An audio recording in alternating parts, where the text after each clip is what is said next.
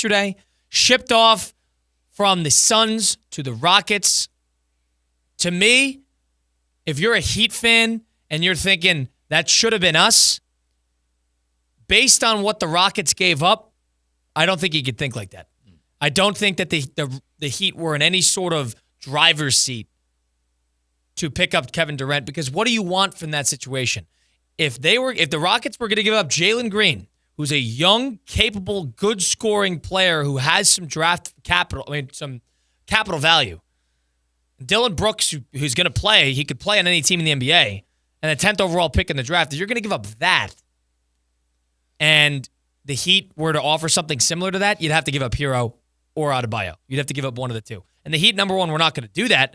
And number two, if you gave up one of them, then you'd be looking at Kevin Durant being the bona fide best player on the team that needs to carry the team to a finals run, which he doesn't do, which is not what Kevin Durant does. He has never done that.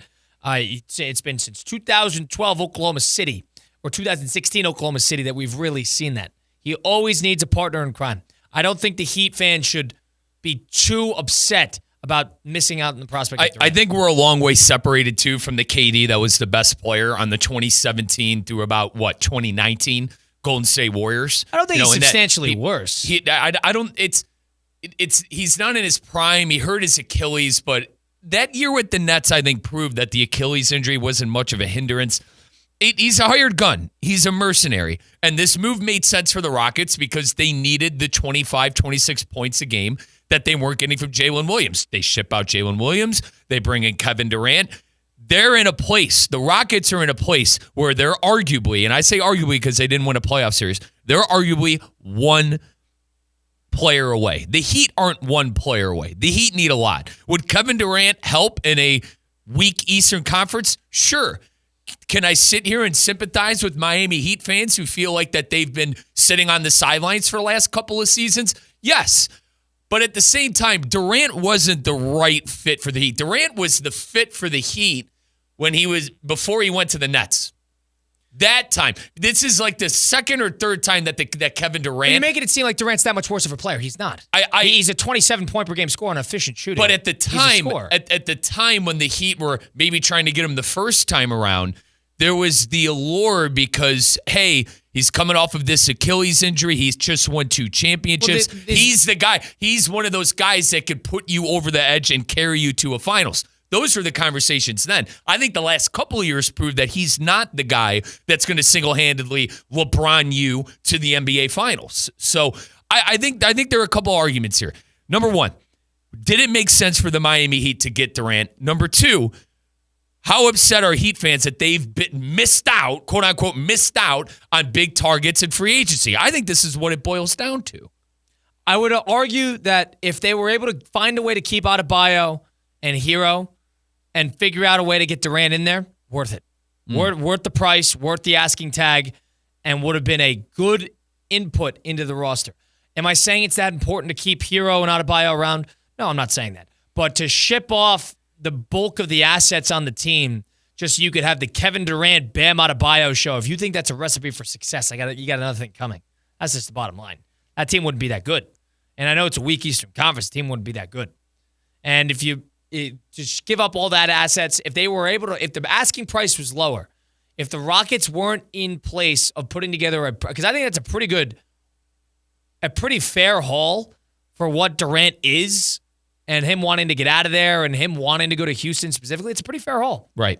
5 second-round picks, the 10th overall pick in the draft, Jalen Green, Dylan Brooks. That's 2 players who could play on any team in the NBA, and you got a 10th overall pick in the draft who might play. That's pretty good. Mm-hmm. I think the Rockets made a great move there, shipping him out, and I think they gave up a decent haul. I honestly think it's not the worst trade in the world. I really don't.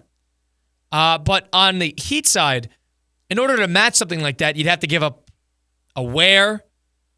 I would say you'd have to give up a Hero too, because Hero doesn't offer what Jalen Green does in terms of he's a little younger, more athletic. So I don't sit on the team that they missed out on Durant. But if they were able to make it work with having Adebayo and Hero stick around there, I do think it would have worked. Because you got Spoelstra there, and Durant knows how to play for Spoelstra because he's Team USA. Right. And Durant is the perfect plug-and-play offensive weapon, score when needs to be. He could score late game, especially in the fourth quarter. It makes a lot of sense, but to make him your best player would be a risky move. And I understand it's the Western Conference, Colin, but the Heat had a better record than the Suns last year, and they had Booker and arguably more stars than Miami. I think Miami's culture probably would have fit Kevin Durant. I think Durant would have been able to be molded into Miami's culture. I told you the former person that worked in the NBA for 20 years, what he told me, he said he doesn't want Durant within 5 states of his team. I think that's a little unfair. I think Durant would have been able to mold into the hashtag Miami Heat culture and probably carry them to a 5th or 6th seed and maybe win a playoff series in the weak Eastern Conference. But at the same time, the Heat need to find that next person.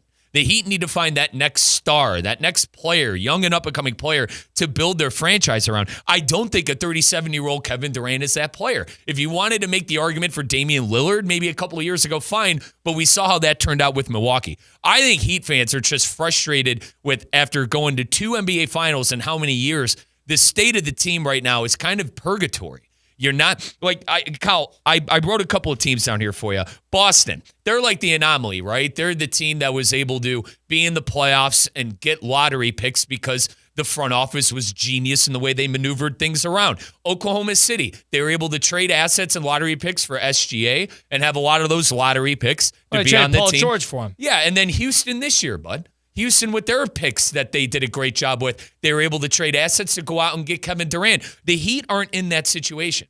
The Heat aren't in that situation because they've been floating around with mediocrity and they haven't been able to get high-level lottery picks that have been able to change things. Is Hero good? Sure. Is Bam Adebayo a great player? Sure. But they need that player that they're going to build around. OKC found it with Shai Gilgeous-Alexander. Boston found it with Tatum and Brown. Houston found it with their young core. But those teams are great. Those teams are great because they have a perfectly constructed team. That's why they're great. But I guess my argument is the Heat aren't able to. They're not able to get that guy because they're not picking high in the draft, and they also don't have assets to go out and get a guy like KD. Houston had the well, they had do. The they just have to pick. give up one of their two best players. They would have. Hero and Ware is a better package, and they didn't offer it than what Green and Brooks is, in my opinion. I think they liked Houston's pick too this year. The number whatever. I mean, yeah, they might put some stock into that. And I know the Heat don't have a lot of picks to give up.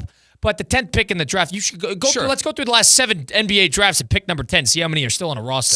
So something that Theo Dorsey brought up, and theoretically speaking, you could listen to him, Christina Costanza 2-4. That pick this year would have been Cooper Flagg if they didn't make the playoffs. So there's nothing to that because that has everything to do with the Mavericks and nothing to do with the Heat. But at the same time, Kyle, kind of plays into my argument a little bit here that they haven't been able to hit on these draft picks because they haven't been high enough. They've been kind of sitting in purgatory as the 10th, 8th team in the Eastern Conference. I think fans are fed up with it, and they want to see a little change, and maybe Kevin Durant was that change that they wanted to see. 888-760-3776. As a Heat fan, did they miss out on Durant, or is this just another bruise on the whole system problem that they kind of sit on the sideline and watch these stars get bounced around in NBA teams and are not making moves? And is that, to you, a problem more indicative of Pat Riley over the last 6-7 years? Or did you really want Durant in a Heat jersey? Let us know. 888-760-3776. I guess I just look at it in terms of fit. Durant's a perfect fit for Houston. Durant is going to do a good job for Houston, and they have a chance to be really dangerous because he could score in a big game. He's going to be a big threat for that team. I don't know if Miami, with a depleted bench, and if they were able to figure it out, maybe, but a depleted bench and then one of Hero or Adebayo gone in exchange for Durant, I don't know if that was the best move. I don't think it was. And it's not what the Heat do. So it's like they're not going to, because it's exactly where the Nets and the Suns went wrong. That's exactly where those teams went wrong. They gave up too much to get Kevin Durant in the mix and tried to build a 2 to 3 superstar team around them, and it completely crippled the teams. Both of them. Happened twice. The Nets did it, and the Suns did it. Why would the Heat fall for that same trick? That's my point. Why would they